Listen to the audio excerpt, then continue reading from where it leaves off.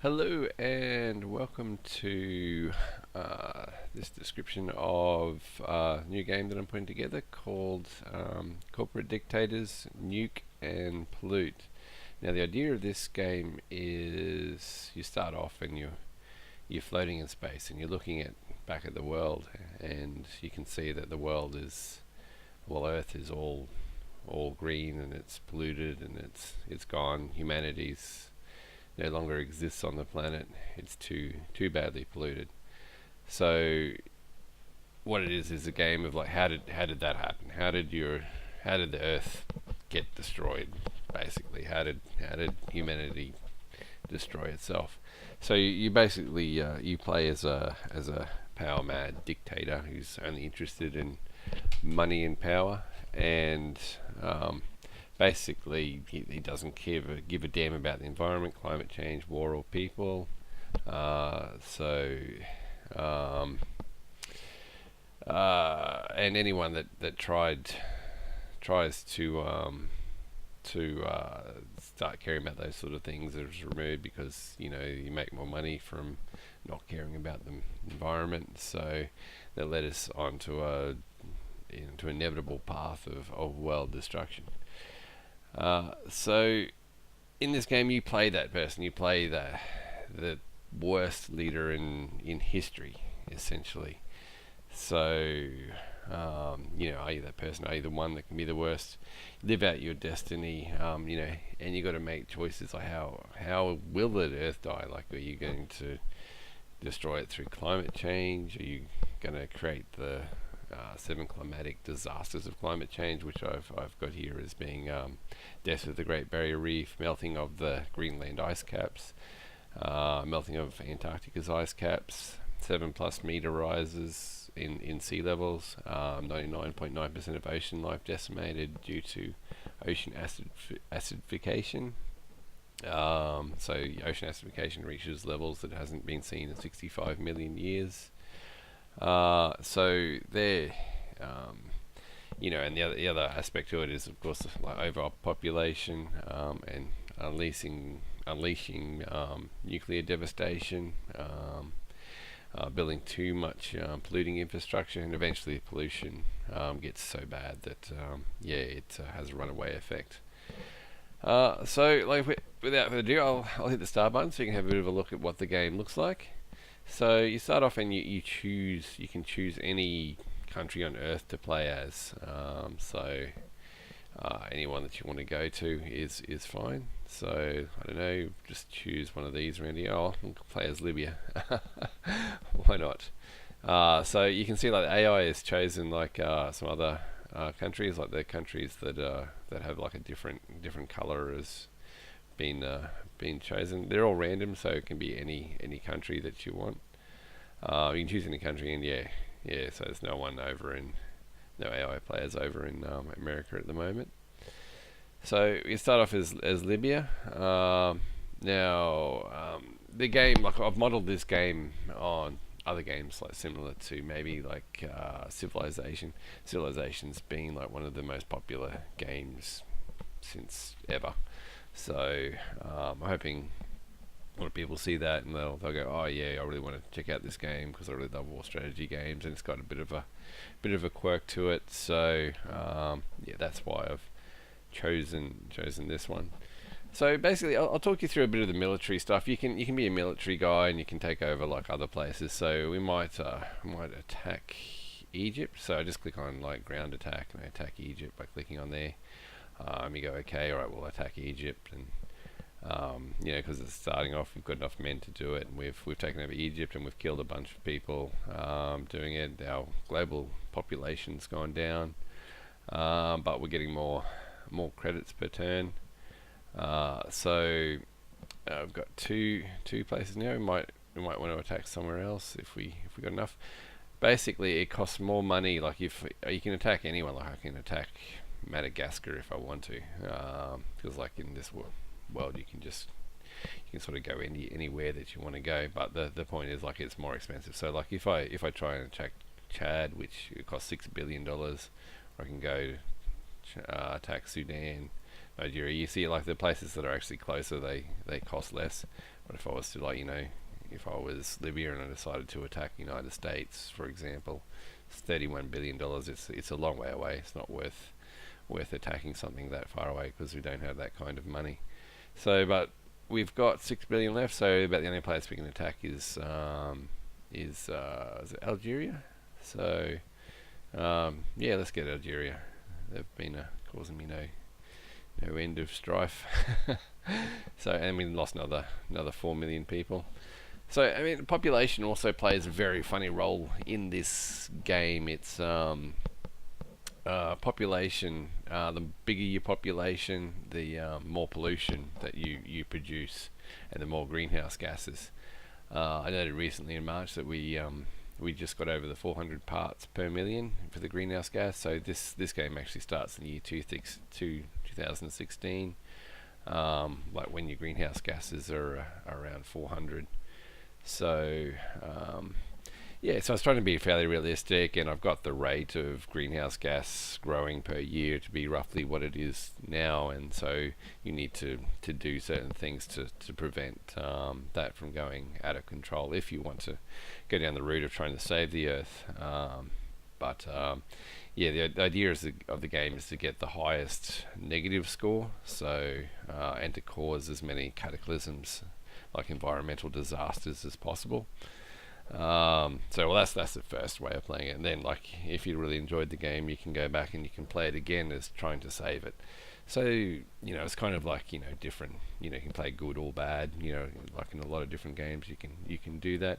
Again, I think I find this fairly compelling because yeah, you'd be able to have like different policies, and yeah, to see which ones work and which ones don't, and get an understanding of how well politics works. So yeah, I mean, that's very interesting. And you've got so what you can do is then you can end. Like, I've got hardly any money left, so I can end turn. I get some more money every turn, so I might end it again.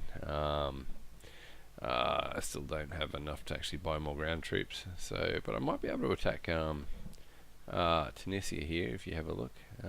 Yeah, they've been asking for it, I think, and they're not too far away, so we've got enough money for it. But that's a really close battle. So we'll give it a shot. Like, defenders normally have an advantage, so like, yeah, they defended against us successfully. So they've still got three troops left. So we didn't get that one. So we just can keep ending turn. Another thing, like, you can see like the pollution is building up, and that's because we've got like polluting infrastructure, green infrastructure, and our world population keeps growing.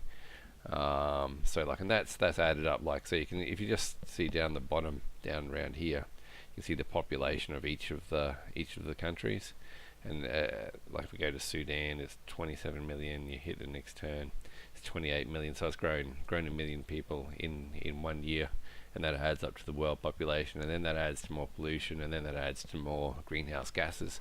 So you can actually use this game as a simulator to find out, if we do this, then if we build like more green infrastructure, how is that going to affect our greenhouse gas? How is that going to affect our pollution levels, etc., etc. The other funny thing is that if you have lots of war and you can bring down the world population, you're getting less pollution, less greenhouse gases. So the world has a big problem with overpopulation as one of the major causes of climate change. So basically, what I've been trying to do is set it up so that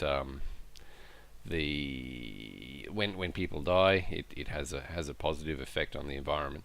It's a funny sort of mechanic in the game, but yeah, and it's sort of a bit ironic, but it does work. So alright, so we'll keep going. So you can keep any turn. You can notice like the computer players are growing, so they're taking over different places. Now the idea is that like the places that you take over, you're a corporate dictator. You're not a dictator per se. So you've got you can control all the politicians. It's the politicians that made the decision to go to war in Algeria. As a corporate dictator, you're a guy who has essentially like probably bought a whole bunch of shares in weapons companies that are selling to Libya and Egypt, and then you make enormous amounts of profits because they've suddenly gone to war with each other, and then they want all their money. Well, they sell lots and lots of arms, so you make lots and lots of money. So yeah, you're a bit of a prick in a lot of ways, but yeah, you can use your money for good or bad. Either way works. So we can build some more ground forces so that we've got enough men. So we've got like 22 ground units up there, so you can see that. One of the things I did want to show you is they haven't implemented yet. No, I haven't implemented the nukes or the propaganda. You have to keep your people happy, obviously, and through spending lots of money on propaganda, you can keep them a lot happier, even though they're going to war, etc., and dying. You tell them that they're really happy about that. One of the things I'll talk quickly about is the politics. So I don't know if I can keep this up and get the politics going at the same time. Yeah, it looks like it's full screen, so that's alright. So just go back here. So essentially politics, you'll get a screen that you can go up, and then you'll be able to talk about like what the politics actually do and they have in relation to like your pollution output and your climate change output. So you can have like, women's rights. These are all very political and topical issues right now, but they do have an effect on the environment. So like for example, like the more rights women have, the less offspring they produce. That's been shown in quite a few studies. The more power you give them, the more they control, how many children they have. And that's the same with down the bottom here with educating women. So if you discourage women's education, the world population balloons. You have too many people, and if you encourage women in education, then the population doesn't grow as fast, and you make more money. And there's a few little things like here, work from home, encourage workers to work from home and discourage them. So these are all practical things that we can do every day. So the work from home means less cars on the road, less need for transport infrastructure, less emissions. And if you're working from home, you've got access to solar power. If you've got solar power on your roof, like I do, and a lot of other people, less pollution, better lives. People are happy because you don't have to travel like 1 or 2 hours every day going to work. And so this is, so I put it as only idiots discourage work from home, which is therefore naturally the default. So the default of what all work is at the moment. Which is kind of disappointing because it's such a great way of reducing gas emissions. Recycling, like how much recycling you want to do. There is a process in the game so that recycling is more expensive per turn. Like as you saw in the game before, you've got like you can go like through the turn, you can watch what happens, you can just keep going into the future and set up your policies and then see how it affects your greenhouse gases and your other things, and you can build your green infrastructure, etc. So this also could be like a simulation game. Like you don't even have to attack anyone, you can just go through, put your policies through, and then find out what happens and see how your policies affect the world if you want to.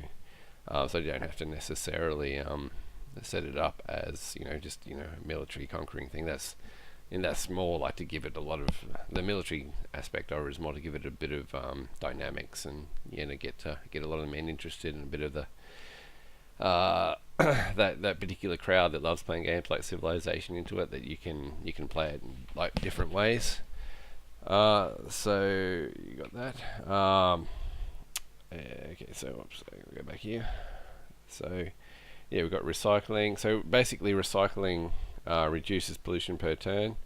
Later on in the game, to clean up pollution is going to be like $100 billion to clean up 1 ton of pollution, and it generates really, really quickly. This is to just show that you can either do recycling now, which would makes it a lot cheaper, but you really are stunted in growth. or you can, if you try and do it at the end, it's 100 times more expensive. So you may not actually have enough time to be able to clean it all up. One of the in-game scenarios of the game is like if you keep going, your pollution builds up, your greenhouse gases keep going up and up and up. Not sure if I'm going to quite get there, but yeah, if you just keep going way off into the future, you can see like the world population ballooning 38-40 billion, because like people just keep reducing. Okay, so we've just hit a milestone. We've hit the pollution level has gone ridiculously high, and now people are absolutely dying like crazy. So it was it 40 billion people, and now, you know, as the years go on, it just drops and drops and drops, and eventually everybody dies because it's just the pollution's had a runaway effect, and yeah, nothing grows, nothing. The oceans have nothing living in them. Well, there's an entire desert. So eventually, yeah, your world population hits zero, and you've got no one left. So you can see like the AI has also kept growing and getting bigger.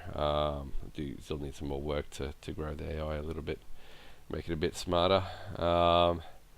So yeah, that's right. So that's just to show that, you know, this is sort of an end-game scenario where you know, your destiny becomes true, that you have stuffed up the world because you haven't taken enough action to fix things. So I'll keep going. The one is mining and resources. How much mining are you going to do? Mining increases pollution by a lot and also gives you a lot of money, but again, it costs 100 times more expensive to clean up mining at the end of the game than it does to just not mine. So, like as an example, like an ex-gold mining town I grew up near had a cyanide lake which killed any wildlife that swam in it. So, you know, any swans or ducks or anything that landed in the lake just died. And you know, it's still killing wildlife today, and that was like 50 years ago, so they don't know what to do with it. They can't release all that water off because it'll just kill everything in its path. And there's been examples of, like, you know, gold mining operations in places like Papua New Guinea where the dams broken, and it's just had this big tidal wave of cyanide water coming down. So, you know, that costs a lot of money to fix those things. So yeah, the game tries to represent them that, you know, if you don't do the mining in the first place, then you don't have the problem in the future. And it doesn't cost you, you know, 100 times as much. Next policy that I wanted to talk about was education, making it cheap. You can make education cheap, you can make it expensive, or you can make it so expensive that students are indebted to you for most of their life. That's kind of a very topical one right now, especially in the United States, where university costs an absolute fortune and seems to be a pretty common trend. So essentially, like if you make education very expensive, you have a lot less people doing it, and then your society becomes stupid and they produce more pollution, while educated people, they produce more greenhouse gases. So it's also easy to keep stupid societies happy. So yeah, I mean, they're just some of the ideas that we've been playing around with. So essentially, yeah, you should be able to see, you know, we've got like a bit of a game here. We're ready to roll. So it'd be absolutely fantastic if you guys chose this game as one of the ones that you would like to see developed into a fully fledged game. So that's just the basics of it, and thanks very much for listening. Okay, bye bye.